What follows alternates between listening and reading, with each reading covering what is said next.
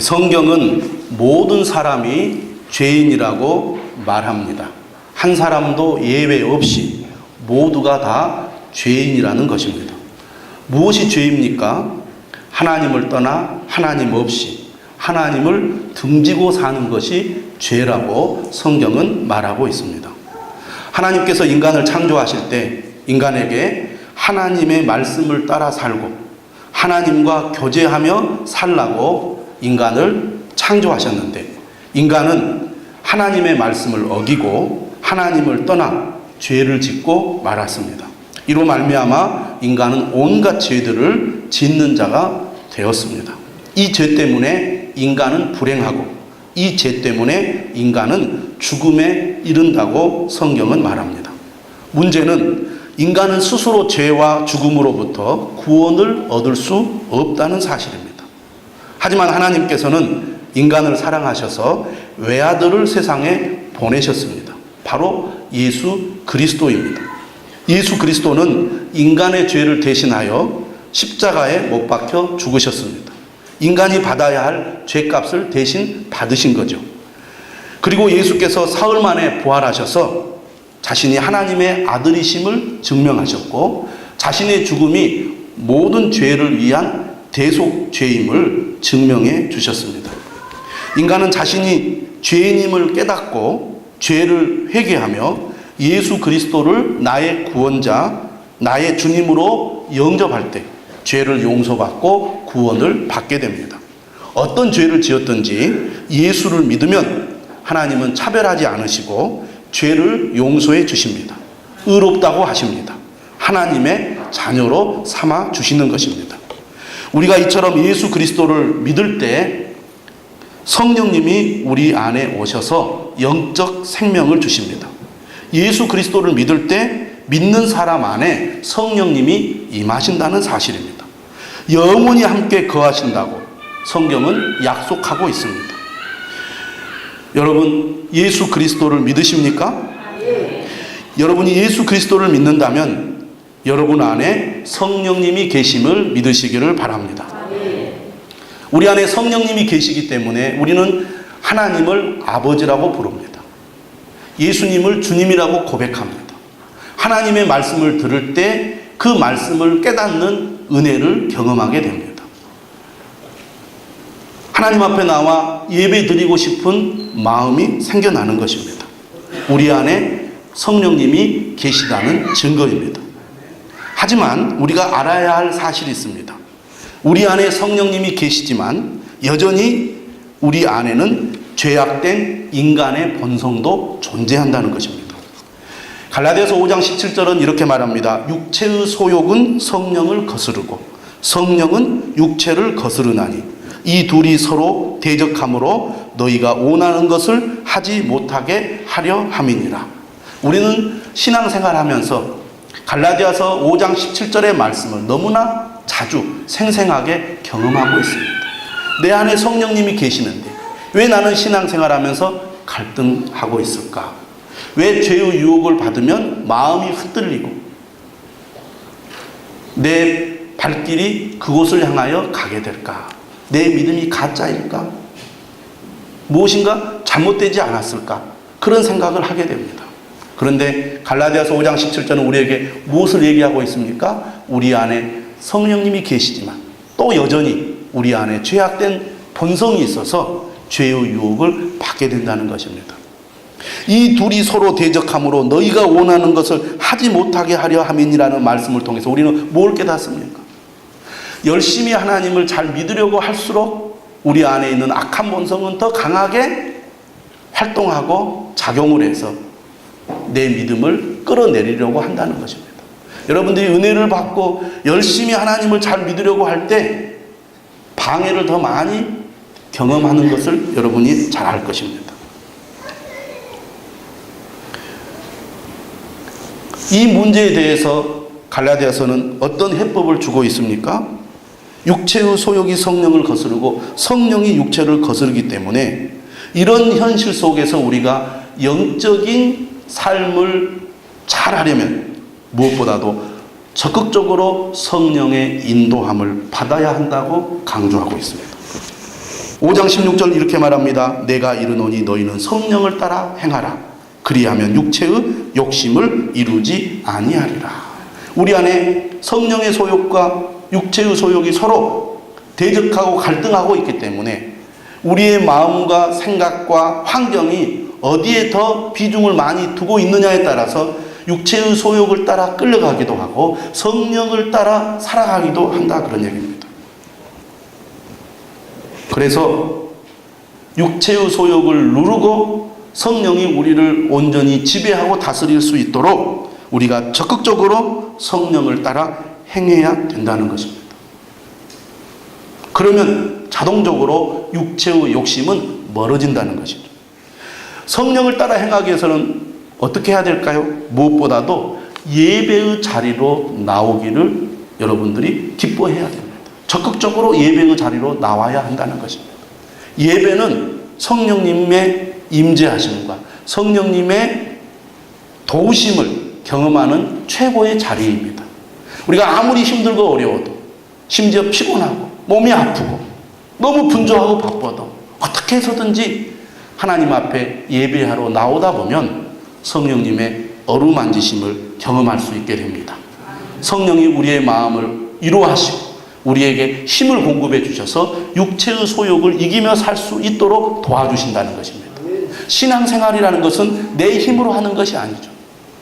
예배의 자리로 나와 주님 앞에 우리의 마음과 우리의 생각을 맡길 때 주님이 우리를 붙잡아 주셔서 능히 세상에서 이길 수 있도록 해 주신다는 것입니다. 또한 날마다 말씀과 기도를 가까이 함으로 우리는 성령을 따라 행할 수 있습니다. 날마다 찬송을 듣고 부를 때 우리는 성령을 따라 행하는 삶이 가능하게 됩니다. 그러면 육체의 욕심을 이루지 않게 된다고 약속하고 있습니다. 우리가 계속 성령을 따라 행하게 될 때 어떤 변화가 일어납니까? 우리 안에 성령의 열매가 맺어지게 된다는 것이죠. 우리 안에 계신 성령님이 우리 안에 성령의 열매를 맺게 해주십니다. 성령의 열매는 하나입니다. 그런데 이 성령의 열매는 아홉 가지 맛이 나요. 갈라디아서 5장 22절에 성령의 열매 9가지를 얘기합니다. 사랑과 희락과 화평과 오래 참음과 자비와 양성과 충성과 온유와 절제. 이 9가지의 맛이 나는 열매가 열리는데 이 9가지 맛의 대표적인 맛이 뭐냐면 사랑입니다. 성령은 어떤 분이신가? 사랑의 영입니다. 우리가 성령 충만하면 사랑으로 가득 차게 됩니다. 성령의 열매가 익을수록 사랑의 사람으로 변화되어 가는 것입니다. 여러분, 어떤 사람이 예수님을 잘 믿는 사람입니까? 그 안에 하나님을 향한 사랑이 가득하여 자원하여 기쁨으로 믿는 사람이 예수님을 잘 믿는 사람입니다. 어떤 일이든지 억지로 강제적으로 하면은 오래 할 수가 없습니다. 여러분, 신앙생활은 의무감에 어쩔 수 없이 하는 것이 아닙니다. 하나님의 은혜가 너무 크고 예수 그리스도의 십자가의 은혜가 너무 귀하여 그 은혜가 내 마음에 넘쳐서 하나님 앞에 감사함으로 나아가는 것이 신앙생활입니다. 이것은 우리 안에 성령이 사랑의 열매를 맺게 할 때 가능한 것이라고 할 수가 있겠습니다. 여러분, 교회는 공동체입니다. 교회는 그리스도의 몸입니다. 각각의 지체가 그리스도의 몸을 이루고 있습니다. 우리가 하나 될 때 아름다운 믿음의 공동체를 이루어 가는데 하나 되기 위해서 가장 중요한 게 사랑입니다.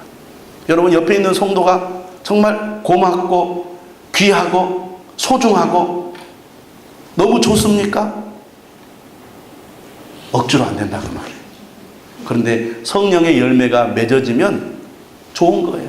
여러분, 예수를 믿고 은혜를 딱 받았을 때 나타나는 변화 중에 하나가 뭐냐면 세상이 너무 아름다워요. 이렇게 얘기를 해요. 은혜 받은 사람이 고백하는 고백 중에 하나가. 두 번째, 성도들이 너무 좋아 보여요. 천사처럼 보인다는 거예요. 사실은 천사가 아니죠. 예. 그런데 은혜를 받으면 그런 눈으로 사람을 보게 되어 있습니다. 근데 그 첫사랑의 은혜가 계속 이어져 가면 좋은데 처음에 교회 오니까 너무 우리 교회가 좋아요. 우리 성도님들이 너무 좋아요.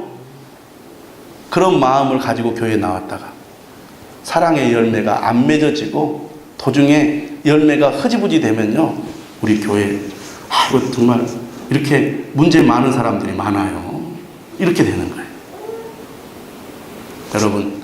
여러분 안에 사랑의 열매가 맺어져서 옆에 있는 성도들이 좋고 그 성도들과 함께 예배하고 함께 하나님을 섬기는 것이 너무 행복하다고 고백할 수 있기를 바랍니다.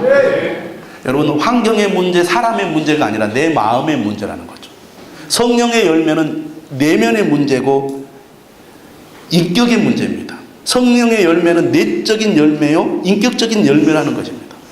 하지만 이 열매는 공동체 안에서 연결어 간다는 것이죠.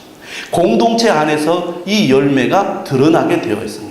혼자 열심히 기도하고 열심히 성경을 읽고 하나님과 영적인 교제를 나눈다고 성령의 열매가 맺어지지 않는다는 것을 우리가 알아야 합니다. 우리가 신약 성경을 유심히 들여다보면 우리의 신앙은 철저히 공동체 안에서 세워져 갑니다. 성령의 열매도 마찬가지라는 것입니다. 그래서 기도를 많이 하고 영적인 분이 성령의 열매가 매우 빈약한 것을 우리가 경험하게 돼요. 왜? 공동체 안에서 열매가 맺어져야 되는데 공동체 안에서 열매가 맺어지는 경험이 부족하다 보니까 그런 현상이 드러나는 것입니다. 기독교 신앙은 철저히 개인적이면서 철저히 공동체적입니다. 개인적이라는 것은 무엇을 말합니까? 여러분, 아내가 믿음이 좋다고 남편이 저절로 천국에 갈 수 없습니다. 부모가 믿음이 좋다고 자녀들이 자동적으로 천국에 가는 것이 아닙니다. 그런 의미에서 신앙은 철저히 개인적입니다. 각자가 예수 그리스도를 나의 주님으로 영접하고 믿을 때 우리가 하나님의 자녀가 되는 것입니다.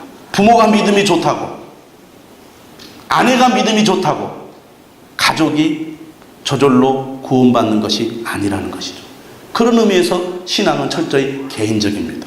그러나 우리의 신앙은 교회를 통해서 전달되고 보존된다는 것을 알아야 합니다. 주님은 교회를 세우셨습니다.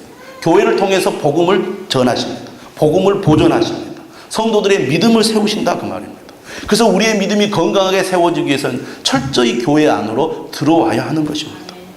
우리가 교회를 떠나서 혼자 나는 예배하고 혼자 기도하고 믿음을 지켜야 되겠다. 물론 믿음을 지킬 수도 있을지 모르지만 그 믿음은 건강하지 못한 상태로 머물기 쉽고 세상의 유혹이나 여러 가지 고난이나 시험에 쉽게 노출되어 무너지기가 쉽다는 것을 알아야 합니다. 그런 의미에서 갈라디아서는 5장을 통해서 성령의 열매를 이야기하면서 자동적으로 6장에 오면 이 성령의 열매가 공동체 안에서 어떻게 드러나야 하고 또 표현되어야 하는지를 말씀하고 있습니다. 갈라디아 교회 안에 분열과 갈등이 있습니다. 갈라디아서 5장 15절에 어떤 말씀이 있습니까? 만일 서로 물고 먹으면 피차 멸망할까 조심하라. 물고 먹는다는 것은 짐승들이 서로 싸워서 물어 뜯어 죽이려고 하고 있다는 것입니다. 갈라디아 교회 안에 이런 갈등이 일어났다는 얘기죠. 어떻게 해야 한다고 말합니까? 5장 13절은 이렇게 말합니다. 한번 따라서 합시다. 오직 사랑으로 서로 종로로 달아. 갈등을 해결할 수 있는 해결책은 오직 사랑으로 서로 종노릇 하는 데 있다고 말합니다. 오직 사랑으로 서로 종노릇 하라는 말은 무슨 말입니까? 마음에 사랑이 가득하게 해서 진심으로 서로를 섬기라는 것입니다. 공동체가 이루어지려면 내가 스스로 종이 되어 낮아져서 겸손한 마음으로 상대방을 섬길 때 공동체가 이루어질 수 있다는 것입니다. 그런데 어떻게 하면 우리가 사랑으로 서로 종노릇 하는 것이 가능할까요? 5장 16절 말씀대로 성령을 따라 행할 때 가능하게 된다는 것입니다. 성령을 따라 행함으로 우리 안에 성령의 열매, 사랑의 열매가 맺어질 때 우리는 기꺼이 기쁨으로 자원하여 서로 종노릇을 할 수 있게 되고 그러면 여러 가지 갈등과 분열을 해소하여 사랑의 공동체, 하나된 공동체를 이루어 갈 수 있다는 얘기입니다. 오늘 우리가 읽은 6장 1절에서 5절의 말씀은 성령을 따라 행하는 삶의 구체적인 실천에 대해서 말씀하고 있습니다. 어떻게 공동체 안에서 우리가 성령을 따라 행할 수 있겠느냐? 성령을 따라 행한다는 것이 구체적으로 어떻게 우리가 적용할 수 있는 것이냐에 대해서 말씀하고 있습니다. 6장 1절을 한번 우리 다 같이 읽어보도록 하겠습니다. 시작. 형제들아, 사람이 만일 무슨 범죄한 일이 드러나거든 신령한 너희는 온유한 심령으로 그러한 자를 바로잡고 너 자신을 살펴보아 너도 시험을 받을까 두려워하라. 믿는 사람 안에는 성령님이 계시지만 죄악된 인간의 본성도 여전히 남아있기 때문에 성령을 따라 행하지 않으면 언제든지 누구나 죄의 유혹에 넘어질 수 있다는 것입니다. 문제는 죄는 개인이 짓지만 개인은 그리스도의 몸 안에 있기 때문에 한 사람의 죄가 전체에 영향을 미친다는 것입니다. 고린도전서 12장 26절에 이런 말씀이 있습니다. 만일 한 지체가 고통을 받으면 모든 지체가 함께 고통을 받고, 다른 사람이 어떻게 되든지 간에 나만 열심히 믿으면 돼, 나만 은혜만 받으면 돼 라고 생각할지 모르지만 우리의 신앙이 건강하게 성장하고 성숙되는 환경은 공동체이기 때문에 성도들, 다른 성도들의 믿음과 삶이 내 신앙에 영향을 끼친다는 것입니다. 그래서 우리가 좋은 교회를 만들어 가야 하는 거예요. 여러분 각자가 여러분의 신앙을 잘 살피고 잘 훈련하여 성장해 갈 때 다른 성도들도 함께 성장해 간다는 것입니다. 오늘 신령한 너희는 온유한 심령으로 그러한 자를 바로잡고 너 자신을 살펴보아 너도 시험을 받을까 두려워하라는 말은 5장의 말씀대로 성령의 열매를 맺어 사랑으로 섬기라는 말씀입니다. 오늘 본문 6장 1절에 어떤 일이 일어났습니까?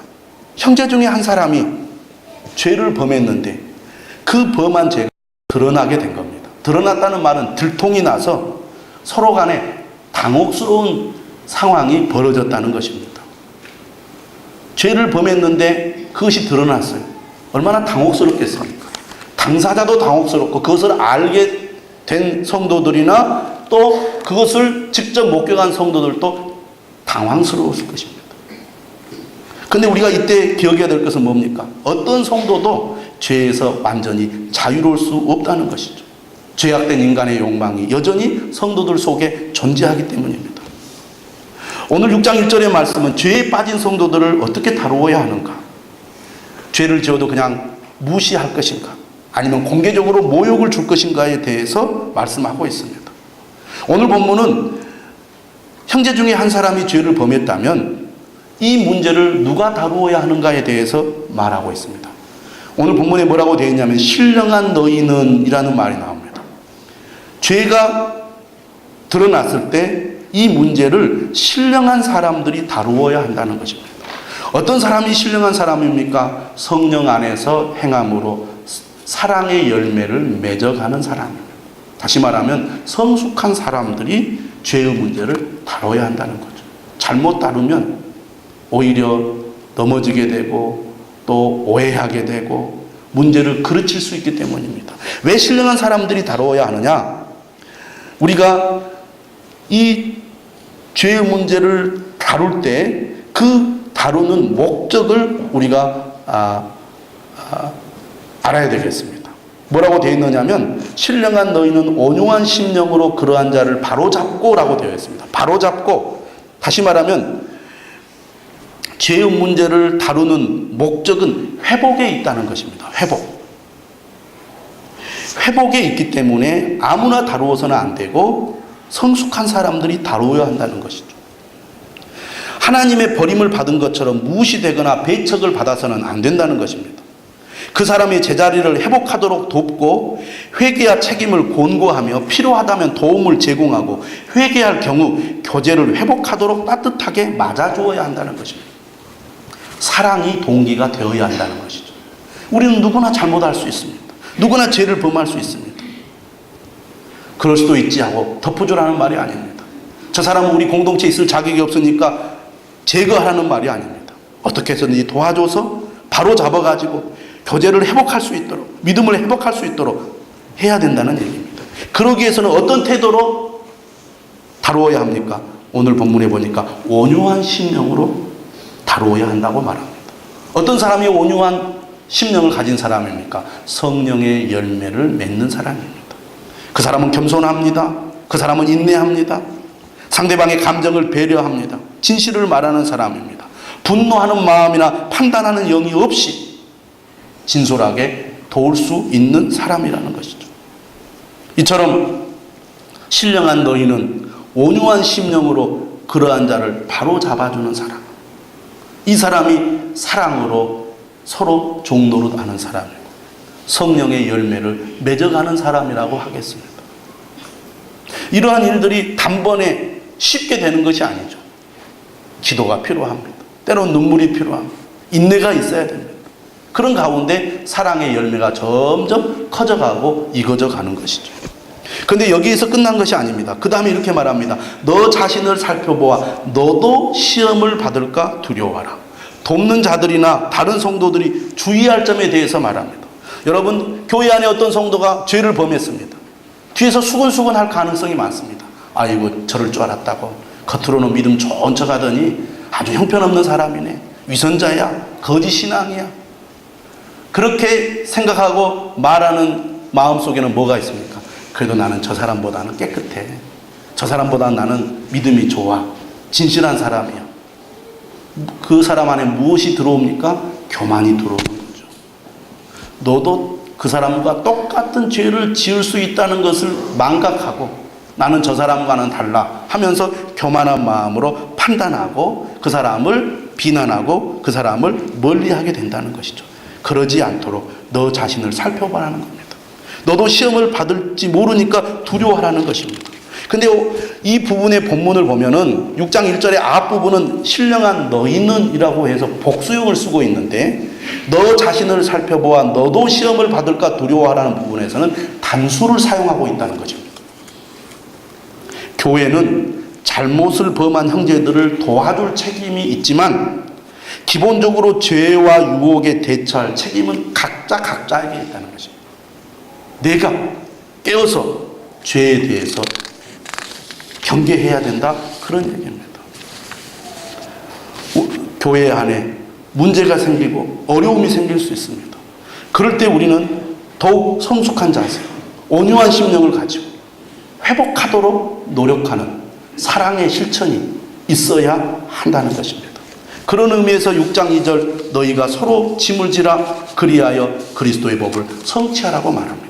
신앙은 각자가 하나님을 아버지로 모시고 예수 그리스도를 주님으로 믿고 나아가는 것이지만 우리의 믿음은 공동체 안에서 열매를 맺고 공동체를 통해서 하나님의 나라를 이루어 가는 것입니다.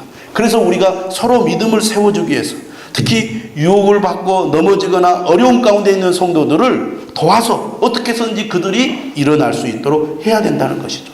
너희가 서로 짐을 서로 지라는 말은 무슨 의미가 있습니까?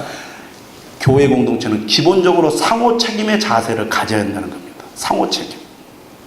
여러분, 서로 돕고 도움을 받는 것이 교회입니다. 위로해주고 위로받는 것이 교회예요. 격려해주고 격려받는 것이 교회입니다. 세워주고 세움을 받는 것이 교회라는 것입니다. 어떤 사람은 이렇게 말합니다. 나는 믿음이 부족하고 성격이 내성적이어서 다른 사람을 도울 수 있는 그런 능력이 전혀 없어요. 그저 저는 오직 교회 와서 예배만 드리고 조용히 있다 조용히 갈래요. 여러분, 우리가 완전해서 남을 돕는 것이 아닙니다. 부족하지만 돕는 겁니다. 부족하지만 함께 하는 것입니다. 부족하지만 서로 짐을 져주는 거예요. 텔레비전에서 가끔 전쟁 영화를 볼 때가 있습니다. 그러면 속 터질 때가 있죠. 겁이 많은 병사가 겁에 질려가지고 동료를 돕지 못해서 동료가 목숨을 잃는 그런 사건들이 꼭 전쟁 영화에 나옵니다. 저놈 때려 죽여야 돼. 그런 생각이 들죠. 그런데 그 연약한 이 병사가 결국에는 자기 부대를 돕고 동료를 돕는 일을 해요. 여러분, 강해서 남을 돕는 게 아닙니다. 약하지만 돕는 겁니다. 그러면서 상대방도 도움을 받을 뿐만 아니라 그 자신도 믿음이 성장하는 거예요. 나는 부족합니다. 나는 연약합니다. 그래서 나는 아무것도 할 수 없습니다. 라고 생각하면 신앙이 성장할 수 있는 기회를 놓쳐버리는 것입니다. 나는 아무것도 아니고 부족하지만 남을 돕겠습니다. 그럴 때 내 믿음도 성장하고 성령의 열매도 맺어진다는 것을 기억하시기를 바랍니다. 또 어떤 분들은 이렇게 말하는 분들이 있어요. 저는 남의 도움을 받는 거 싫어요. 교회 생활을 하면서 상처받은 경험이 있는 분들은 교회 안으로 들어오는 것을 꺼려야 합니다. 왜? 상처받은 경험이 있거든요. 내가 교회 다니다가 열심히 해가지고 남들이 시기하고 질투하고 비난하고 또 나에게 상처를 줘서 내가 마음이 아프고 그러므로 말미암아 오히려 내 믿음이 흔들린다면 차라리 다른 성도들과 교제하지 않고 그저 예배드리고 은혜만 받으면 그것이 내 신앙에 오히려 도움이 되지 않을까, 그렇게 생각하는 분들이 있습니다. 물론 일리가 있습니다. 그럴 수도 있습니다. 그러나 오늘 성경 말씀을 보면 너희가 짐을 서로 지라고 말합니다. 우리가 남을 돕는 자도 되어야 하지만 도움을 받을 수 있는 사람도 되는 것이 건강한 사람입니다. 어떤 사람은 나는 남을 도와주기는 하지만 절대로 남의 도움은 받지 않겠다, 이러는 분들도 있습니다. 대면에 상처가 있다는 것이죠. 치유되지 않았다는 것이죠. 치유는 그냥 가만히 있다고 치유되는 것이 아닙니다. 공동체 안에서 하나님의 말씀을 따라 사랑을 실천하는 가운데 서서히 치유가 되는 것입니다. 남을 돕고 또 다른 사람으로부터 도움을 받아들일 때 치유가 일어나는 것이죠. 너희가 짐을 서로 지라고 말합니다. 남자분들은 다 군대를 가보셨기 때문에 행군의 경험이 있을 것입니다. 제가 훈련 받을 때 행군을 하는데 처음에 군 생활할 때 신발이 얼마나 무거운지 모릅니다. 또 얼마나 아파요. 물집이 생기고 발 뒤꿈치가 까입니다. 헬멧도 무겁습니다. 총도 무거워요. 거기에 20kg 배낭을 메고 10km, 20km 가는데 경험이 없다 보니까 더운 이 떼약볕에 얼마나 힘든지 모릅니다. 그래서 수통에 물을 넣어가지고 하는데 절대로 물을 벌컥벌컥 마시지 말라고 합니다. 그런데 너무 더우니까 그 말을 잊어버리고 물을 벌컥벌컥 마시는데요. 중간에 쉬는 시간에 완전히 퍼져가지고 일어날 수가 없어요. 지쳐가지고. 그러면 옆에 있는 동료가 일으켜줍니다. 그래서 옆에서 손을 잡아주고 끌고 가요. 목적지를 향해서 부대원이 다 가야 되는데 병사가 들어 누워가지고 일어나지도 못하면 얼마나 문제가 많습니까? 그래서 어떤 병사는 대신 배낭도 매주고 총도 같이 들어주고 손도 잡아주고 그렇게 해서 목적지까지 가는 것입니다. 여러분, 그리스도인은 천국을 향하여 함께 가는 사람들입니다. 우리가 때로는 넘어질 때도 있고 흔들릴 때도 있습니다. 그때 옆에서 붙잡아주고 도와줘서 서로 짐을 져줘야 우리가 끝까지 신앙생활을 할 수 있다는 것입니다. 그런 의미에서 신앙은 절대 개인적이지 않습니다. 성령의 열매도 교회 공동체 안에서 서로를 섬길 때 영적으로 성장하고 열매가 완성되어 가는 것입니다. 그것이 곧 그리스도의 법을 성취하는 것이죠. 그리스도의 법이 무엇입니까? 사랑입니다. 우리가 율법을 온전히 지킴으로 하나님을 만족시킬 수 없지만 성령 안에서 사랑의 열매를 맺어 말씀을 따라 성령을 따라 살아갈 때 그리스도의 법인 사랑, 율법의 완성인 사랑을 우리가 온전히 이룰 수 있게 되는 것입니다. 우리가 주님의 명령을 따라 성령의 인도하심을 받아 서로 섬길 때 그 섬기는 가운데 성령을 더욱 의지하게 됩니다. 성령을 의지할수록 사랑의 열매가 점점 커지게 되고 사랑의 열매가 점점 커질수록 섬김도 점점 풍성해지는 것입니다. 성도는 교회에 대한 책임감, 성도에 대한 관심과 사랑을 잃지 않도록 해야 된다는 겁니다. 교회는 상호 책임의 공동체이기 때문입니다. 6장 3절은 말합니다. 만일 누가 아무것도 되지 못하고 된 줄로 생각하면 스스로 속임이라. 우리가 신앙생활 하면서 경계해야 될 것 1호가 바로 영적인 교만입니다. 나는 저 사람보다 낫다. 저 사람은 범죄하여 넘어졌지만 나는 그래도 그런 죄로부터 자유하다 하면서 다른 사람들을 무시하거나 비난할 수가 있습니다.